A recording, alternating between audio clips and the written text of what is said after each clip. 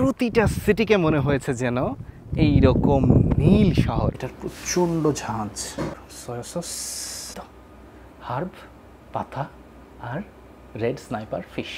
এই নাচি ফলস আমার সারা জীবনের একটা অবিস্মরণীয় স্থান হয়ে থাকবে।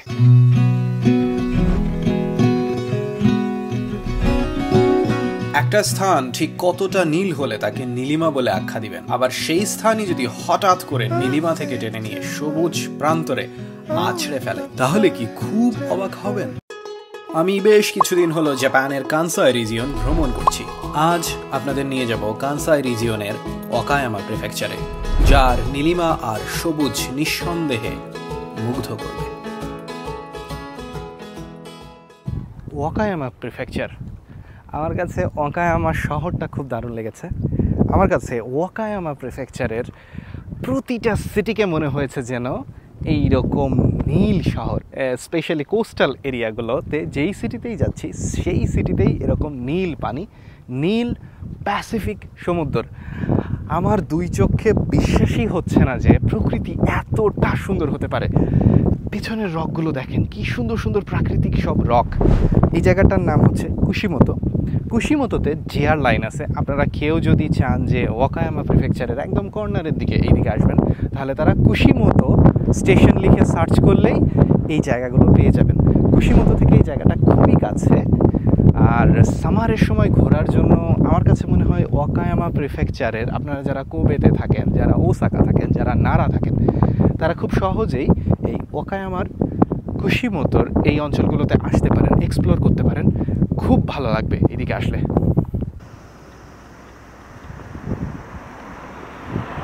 এটা হচ্ছে হাসিগুই বিচ। আপনারা কুশিমোতো আসলে এই হাসিগুই বিচটা ঘুরে যেতে পারেন।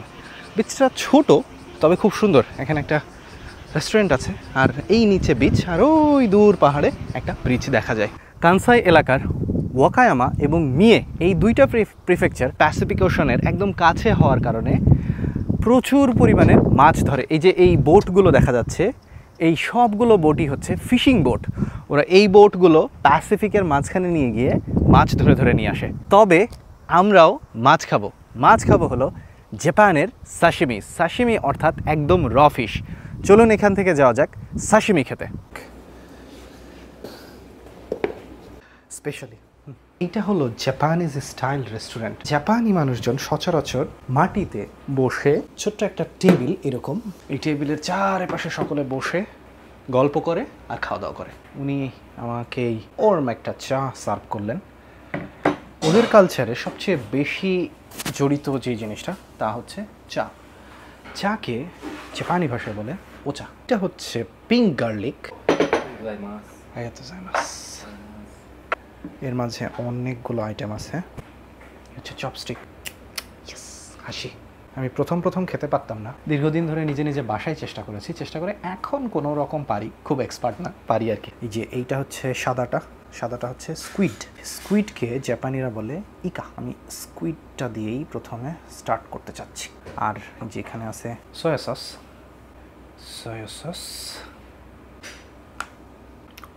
আমার কাছে স্কুইড ভালোই লাগে, খারাপ লাগে না। এটার প্রচণ্ড ঝাঁজ। এটা ওয়াসাবিটা এভাবে লাগিয়ে এইভাবে নিয়ে সরাসরি নাকে এসে লাগে ওয়াসাবিটা, আমাদের সরিষা বাটার মতো। এটা হচ্ছে টুনা মাছ, টুনা ফিশ। এটাকে জাপানিজ ভাষায় বলে মাগুরো। সোয়ো ওয়াসাবি, দেন এটা হচ্ছে রেড স্নাইপার। এইটাকে বলে তাই। আমি এই রেড স্নাইপারের ডিম খেয়েছি আগে, সেটাকে বলে মেনতাই। টোকিওতে থাকতে আমি আর আমার একটা ফ্রেন্ড মাঝে মাঝেই সাশিমি খেতে যেতাম। এখানে আরেকটা জিনিস দেখায়। পাতাটা হলো জাপানিজ হার্ব। এই পাতাটার নাম হচ্ছে ওবা। এই ওবা আর হচ্ছে তাই, রেড স্নাইপার একসঙ্গে নিয়ে খাওয়া যেতে পারে। সয়া সস, হার্ব, পাতা আর রেড স্নাইপার ফিশ। শেষ একটা মাছ, এটাকে আপনারা সকলেই চিনেন। এই যে এটা আশা করি নাম বলতে হবে না আমাকে। জাপানিজ ভাষায় এটাকে বলে এবি, আমাদের বাংলাদেশের চিংড়ি মাছ। তবে এটা একদম ফ্রেশ চিংড়ি। ওদের এই চিংড়ি সাশিমিটাও অনেক পপুলার। চিংড়িটা ওয়াসাবির সঙ্গে ট্রাই করা যাক। এই হচ্ছে ফুল। এই ফুলটা আবার যেন মনে করেন না এটাও খাই, এটা খাই না, এটা ডেকোরেশনের জন্য দিছে।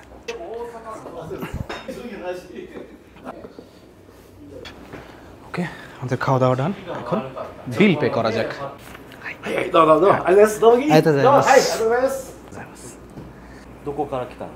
বাংলাদেশ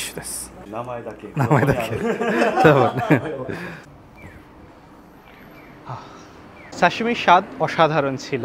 আমার কাছে সাশিমি ভালোই লাগে, আমি মাঝে মাঝেই সাশিমি খেতে যাই।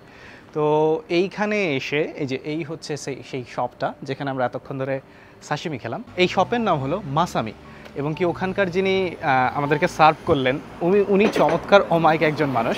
আর পাশাপাশি দুজন কাস্টমারের সঙ্গে দেখা হলো। ওরা আমার ভিডিও বানানো দেখে জিজ্ঞেস করলো তোমার ইউটিউবের চ্যানেলের নাম কি। ওরা ইউটিউবের চ্যানেল নিল, সেই চ্যানেলে সাবস্ক্রাইব করলো। আমি বললাম আমি ওদের ভাষায় কথা বলি না, নিজের ভাষায় কথা বলি, বাট ওরা খুব আগ্রহের সঙ্গে নিল, বললো যে সমস্যা নেই, আমরা তবুও দেখবো। আমার অকায়ামা প্রিফেকচারের নীলিমা যাত্রার সমাপ্তি। ধীরে ধীরে পা বাড়ানো যাক সবুজ প্রান্তরে, যেখানে রয়েছে পর্বত আর আঁকাবাঁকা রাস্তা।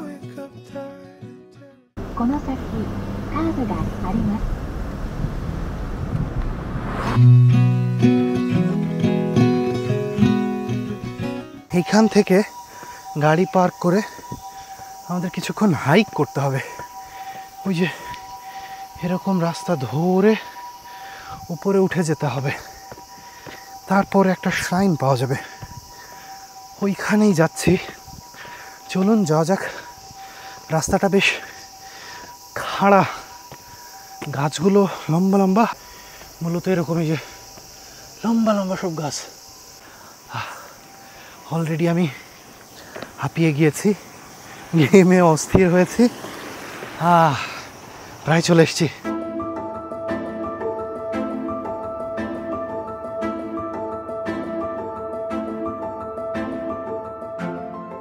আমি এখন ওয়াকায়ামা নাচি ফলসের সামনে দাঁড়িয়ে আছি। এই যে আমার পিছনে মস্ত বড় একটা ফলস, এটা হলো নাচি ওয়াটারফল। এত বড় ঝর্ণা, আমি এইটার ছবি সবসময় সোশ্যাল মিডিয়াতে দেখেছি এবং আমার একটা পরিকল্পনা ছিল আমি নাচি একদিন আসব। আজকে এই নাচি ওয়াটারফলের সামনে দাঁড়িয়ে আমার বিশ্বাস হচ্ছে না আমি এত বড় একটা ওয়াটারফলসের সামনে দাঁড়িয়ে আছি, এত সুন্দর একটা জায়গাতে দাঁড়িয়ে আছি। আমি বারবার মুগ্ধ হই যখন এরকম নতুন নতুন জায়গায় আসি, নতুন নতুন জিনিস দেখি। এই নাচি ফলস আমার সারা জীবনের একটা অবিস্মরণীয় স্থান হয়ে থাকবে।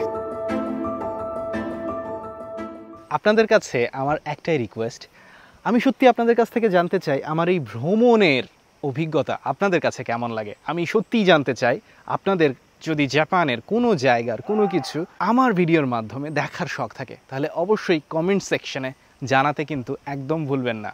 আমি অপেক্ষায় থাকবো আপনাদের অনুভূতি জানার জন্য।